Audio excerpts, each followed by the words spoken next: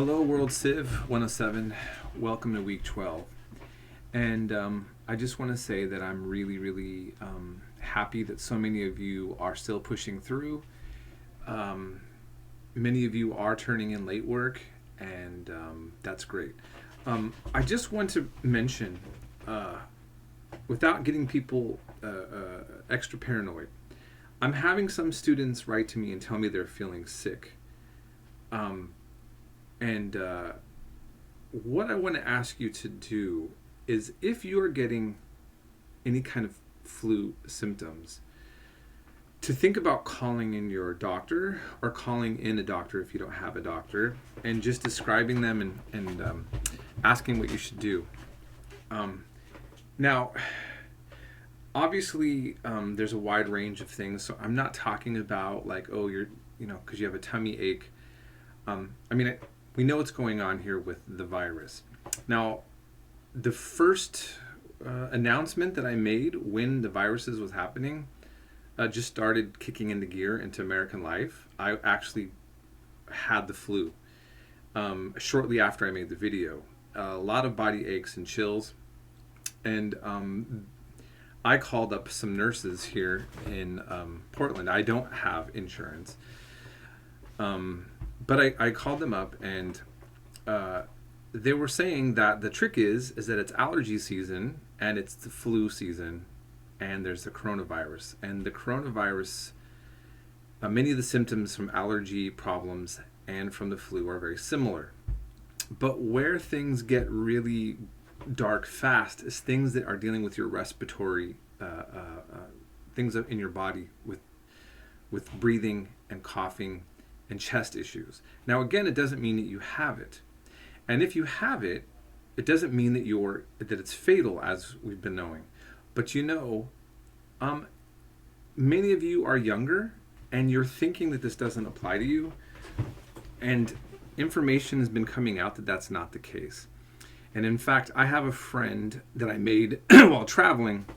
He's from Finland. He's considerably younger than me. I'm assuming he's in his 30s. And he caught it and actually was hospitalized with it in Finland. So, and he thinks it might have been because he has had a problem with asthma. Now, he's actually recovered. But it was a very scary moment for him, and it's very real. And it also means that you can be contagious. You are, not can. So, I want you to please do that for me. Okay, at least make the phone call. Don't go in, but just call and ask a professional what they recommend with the symptoms that you have. Okay, if that happens, and keep in mind again, I'm going to be allowing for late work. Okay, I'm not going to speak too much on the announcement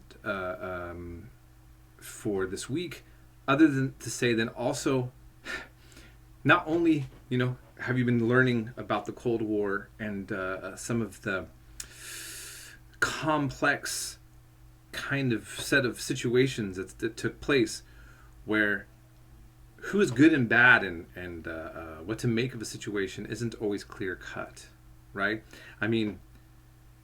We saw how bad the Khmer Rouge was. If we studied more about Mao, you would know a lot about famines and deaths.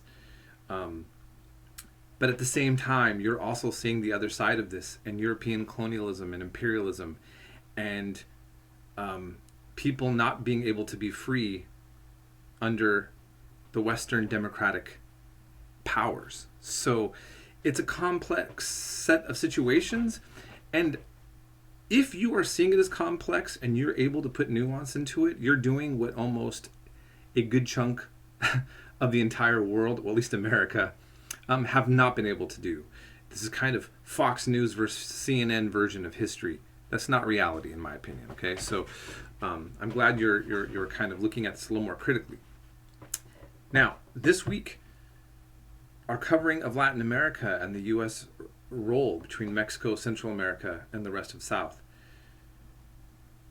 is huge. And as Americans, this shouldn't be a new thing to understand.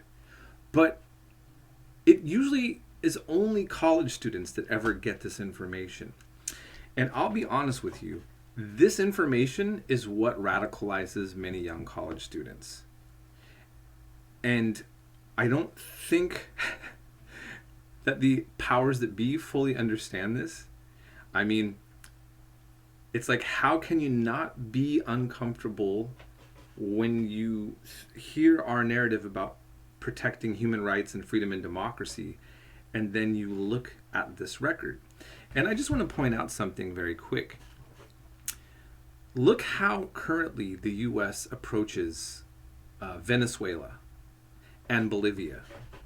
These are nations that still have had socialists, some would call dictatorial leaders, especially in the case of Venezuela. It's a little bit more ambiguous in terms of, to say the least, with Bolivia and what happened there, if you follow that at all.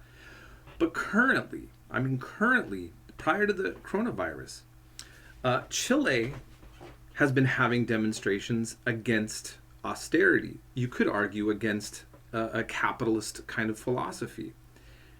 No support for the demonstrators have been mentioned by the U.S. government. Not only that, probably more protesters have been killed by the police in Chile than the protesters have been killed by the police in Hong Kong. And yet, Congress made a stand of solidarity at one point for the people of Hong Kong. No discussion about the people in Chile are in our Western Hemisphere with a government that is supported by our government. Do you see? Okay. I'm not trying to promote an anti-American, anti-U.S. way of thinking. I'm trying to get you to be critical thinkers about something that's not consistent. I mean, if you just looked even at when Trump gave his State of the Union, and he didn't shake Nancy Pelosi's hand, and she was upset and tore up his speech afterwards. But prior to the end of the speech, he introduced Guaido, the opposition that was handpicked. Well, I shouldn't say handpicked. So a man who claims to be the rightful leader of Venezuela under conditions that I'm not sure he's really officially the democratically voted in guy, as opposed to anybody else there, like Maduro. But when he stood up, Nancy Pelosi, who is normally making all these grimacing faces at Trump, she just lit up, and everybody stood up and clapped for the U.S. approved, both parties, Democrats and Republicans, man to take power, who they hoped in Venezuela. This is a very consistent set of circumstances that we have seen through this whole entire history.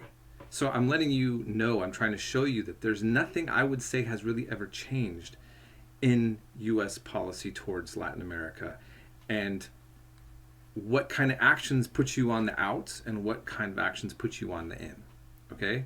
So just want you to think about that. If you have any questions, please contact me, and we'll have a discussion about anything. I hope you're doing okay.